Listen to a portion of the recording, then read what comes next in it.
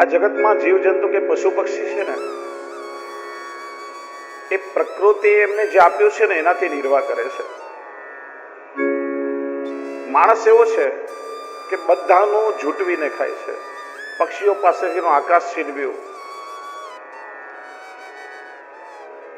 જમીનચર પાસેની જમીન માણસે છીનવી, જલચર પાસેથી પાણી છીનવી લીધું. બધાનું માણસ ઝૂંટવીને ખાય. એટલે પૃથ્વી, જલ, તેજ, આકાશ, વાયુ, પાંચે દોષ માણસને લાગે છે. આ પંચ તત્વના દોષોની નિવૃત્તિનો ઉપાય પણ આપણે ત્યાં બતાવ્યો છે. આમ ઘણા લોકો, જડવાદી લોકો કે એ તો અન્યાશ્રય એવું ના કરે. એમાં કોઈ અન્યાશ્રય નથી. આપણે કોઈનો આશ્રય નથી કરતા. કોઈને દેવું એ કઈ અન્યાશ્રય નથી. છેલ્લા દિવસે આશ્રય લીલામાં આપણે વિસ્તારથી આશ્રય અને અન્યાશ્રયની ચર્ચા કરશું. આ પાંચ તત્વના દોષોની નિવૃત્તિનો પ્રકાર આપણા વડીલો જૂના સમયમાં એ કરતા હતા. બધા ઘણા લોકોએ જોયું હશે.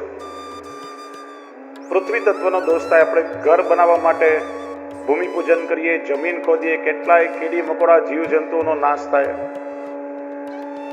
તો આપણા વડીલો એના માટે કીડિયારું કરતા.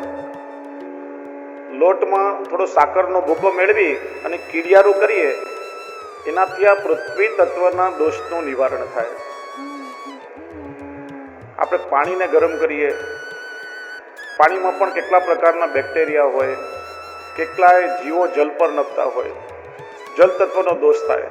તેના માટે આપણા વડીલો આટાની ગોળી બનાવી અને માછલીને પાણીમાં ખવડાવતા. એનાથી જલ તત્વના દોષનું નિવારણ થાય. કેટલાય વાયુચરોનો આપણે નાશ કરીએ છીએ, માખી, મચ્છર, જીવજંતુઓ. તો એના માટે આપણા વડીલો પક્ષીઓને ચણ નાખતા. પક્ષીઓને ચણ નાખવાથી વાયુ તત્વના દોષનું નિવારણ થાય. ચોથો દોષ છે અગ્નિ તત્વનો. જાણે અજાણે અગ્નિ તત્વનો દોષ થાય તો બે જીવ આ ભૂતલમાં આવ્યા છે કે જેમાં તેજસ તત્વ રહેલું છે. એક ગાય અને બીજું કૂતરાઓ. જમતા પહેલા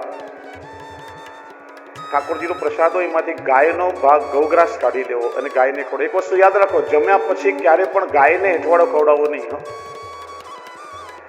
ગાયમાં 33 કોટી દેવોનો વાસ છે. કેટલા થાય 33 કોટી? એટલે કરોડ નહીં. ફરી કહું છું, ગેરસમજ ના કરશો. કોટીના બે અર્થ થાય. કોટી એટલે પ્રકાર અને કોટી એટલે કરોડ. 33 કરોડની સંખ્યા ક્યાંય નથી બતાવી. રુદ્ર, વસુ, ધાતા, આદિત્ય, સનત અને મળીને 33 પ્રકારના બીજા અન્ય કેટલાય કોટીના જીવો છે, દેવો છે. આ બધાનો વાસ ગાયમાં છે. આપણા ભગવાન શ્રી કૃષ્ણ શું કહે છે? ગાવ મેં અગ્રત સંતુ, ગાવ મેં સંતુ પૃષ્ઠત, ગાવ મેં સર્વત સંતુ, ગવા મધ્ય વસામ્ય હમ. આગે ગાય, પાછે ગાય, હિત ગાય, ઉત ગાય, ગોવિંદ કો ગાયન મેં બસો ભાવે. ગૌ પાલન કરીને તો આપણા કૃષ્ણ ગોપાલ થયા છે. ગાયને ક્યારે પણ જૂઠું ના ખવડાવવું. જમતા પહેલા ગાયનો ભાગ કાઢવો અને જમ્યા પછી વધેલું હોય ને એ કૂતરાને આપવું, જેનાથી અગ્નિ તત્વનો દોષ દૂર થાય. અને આકાશ તત્વનો દોષ, આપણે ત્યાં એક પદ્ધતિ હતી કે જમ્યા પહેલા કોઈ સાધુ સંત કે અતિથિને જમાડીને પછી જમવું. સાધુ સંતની થાળી કરીને 1 ઘડી એટલે 24 મિનિટ સુધી પ્રતીક્ષા થાય અને કોઈ ના આવે તો પછી એને ગૌગ્રાસમાં આપી દેવું. સાધુ સંતોને જમાડવાથી આકાશ તત્વના દોષોનું નિવારણ થાય. આ દોષોની નિવૃત્તિના પ્રકાર બધા, કેમ કે માણસ બધાનું ઝૂંટવીને ખાય છે. ભરતજીની એવી અવસ્થા થઈ કે બધામાં પ્રભુના દર્શન કરે. એકવાર સિંધુ દેશનો રાજા રહુગણ કપિલજીના આશ્રમમાં જ્ઞાન મેળવવા જઈ રહ્યો હતો. પેલા પાલખી ઉપાડવા વાળો ભોય કહાર એક ઓછો થયો, માંદો પડ્યો.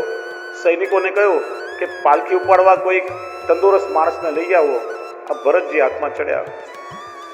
પાલખી ઉપાડીશ? ક્યાં, મને વાંધો નથી.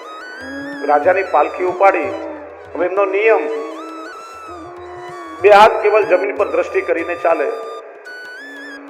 રસ્તામાં પેલા કીડીનું ઝુંડ દેખાય, અરે આટલા સ્વરૂપ મારા ઠાકોરજી પધારે, આમ જોરથી કૂદકો મારે. કૂદકો મારે એટલે રાજાની પાલખી એટલે ને રાજાનું માથું ભટકાય.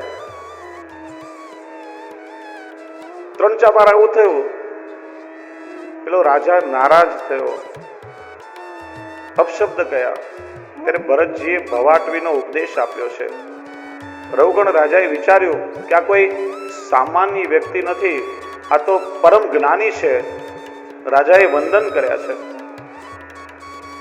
ભરતજી કહે છે કે જ્યાં સુધી મન છે ત્યાં સુધી જાગ્રત અને સ્વપ્ન અવસ્થામાં જીવને બધું દેખાય છે, અને એટલા માટે બુદ્ધિશાળી મનને બંધન અને મોક્ષનું કારણ માને છે.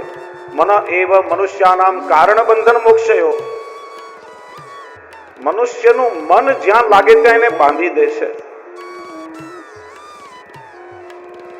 મનના કારણે માણસ સંસારમાં બંધાઈ પણ શકે છે, અને મનથી માણસ મોક્ષ પણ મેળવી શકે છે, ભગવાન પણ પ્રાપ્ત કરી શકે છે. મન ચાહે તો મનુષ્યનો ઉદ્ધાર પણ કરી શકે, અને મન ચાહે તો માણસને પતન તરફ પણ લઈ જાય છે. એટલે મનને વશમાં કરવું બહુ જરૂરી છે. પણ એ બધાના સામર્થ્યની વાત નથી, કેમ કે મન બહુ ચંચલ છે. અર્જુન પણ ભગવાન કૃષ્ણને પૂછે છે, ચંચલમી મન કૃષ્ણ પ્રમાતિ બલવદ્રઢમ તસ્યાહમ નિગ્રહમ મન્યે વાયોરીવ સુદુષ્કરમ.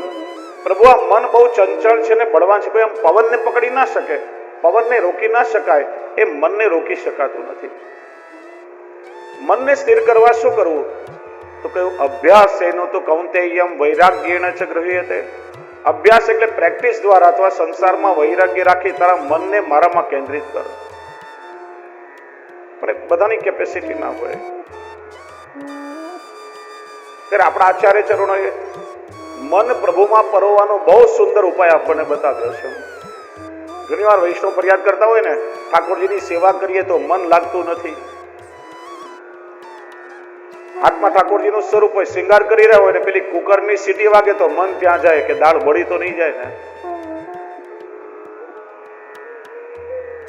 માંડ માંડ મન પ્રભુમાં લાગ્યું હોય ને જ્યાં ડોરબેલ વાગે, પેલું હરણ ભરતજીના મનનું હરણ કરી ગયું, પણ આપણે ત્યાં રોજ હરણ આવે છે, રોજ આપણા મનનું હરણ કરી જાય.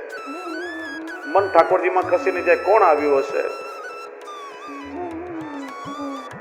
આપણે ત્યાં બહુ સુંદર પ્રકાર બતાવ્યો. શ્રી હરિરાયજી શિક્ષાપત્રમાં કહે છે, ઠાકોરજીની સેવામાં ભાવ ભાવન કરવું. સ્વરૂપ ભાવના, લીલા ભાવના અને ભાવ ભાવનાથી. સૌથી પહેલા તો જે ઠાકોરજીના સ્વરૂપની તમે સેવા કરી રહ્યા છો, બાલ લીલાનું, કિશોર લીલાનું, કઈ લીલાનું સ્વરૂપ છે? આપણે ત્યાં સ્વરૂપ તો બધા કૃષ્ણના જ છે, પણ કેવલ લીલા ભેદ. 11 વર્ષ 52 દિવસ પ્રભુએ વ્રજમાં જે લીલા કરી, એ લીલાના કૃષ્ણના જુદા જુદા સ્વરૂપ છે. તત્વ તો કૃષ્ણ જ છે. સ્વરૂપનું ભાવન કરવું. શ્રી દ્વારકાધીશ પ્રભુ છે, આંખ વિચોલી લીલાનું સ્વરૂપ છે. ત્યાર પછી લીલા ભાવના, જગાડવાથી પોડાડવા સુધી જે નિત્ય લીલાના છે. જો આપણે ત્યાં બહુ સુંદર શબ્દ છે, નિત્ય લીલાવાદ. નિત્ય શબ્દના બે અર્થ થાય. નિત્ય એટલે શાશ્વત, ઇટરનલ. એવું તમે ના કહી શકો કે પ્રભુની લીલા પહેલા હતી, આજે પણ પ્રભુની લીલા નિત્ય ચાલી જ રહી છે. અને નિત્ય એટલે દરરોજ, મંગળાથી શયન સુધી જે પ્રભુની દરરોજની દિનચર્યા છે. બાલ લીલા અને કિશોર લીલાનું સાથે ચિંતન કરવું.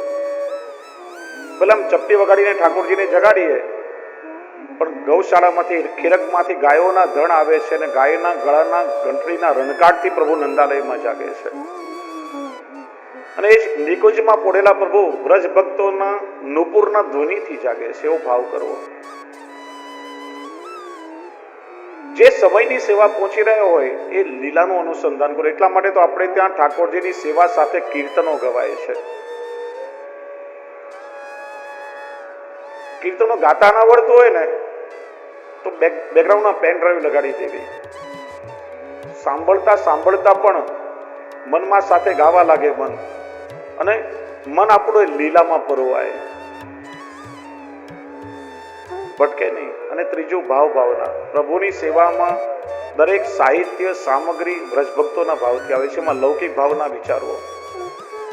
સિંહાસન છે જેમાં ગાદી તકે યશોદાજીની ગોદનો ભાવ છે. યશોદોત્સંગ લાદી પ્રભુ યશોદાજીની ગોદમાં બિરાજે. એ જ નિકુંજમાં સ્વામિનીજીની ગોત થઈ જાય. શિંગાર કરીને દર્પણ બતાવો, સ્વામીજીનું હૃદય છે પ્રભુજીમાં પોતાનું પ્રતિબિંબ નિહાળે છે. શૈયા મંદિર સ્વામીજીના નેત્ર છે અને શૈયા મંદિરના દ્વાર સ્વામીજીની પલક. એવો ભાવ જોઈએ ને, આમ ઘણી વાર આમ ભડાક કરતો દરવાજો બંધ કરીએ ને, રીતમાં ને પ્રીતમાં આપોઆપ પરિવર્તન આવી જાય.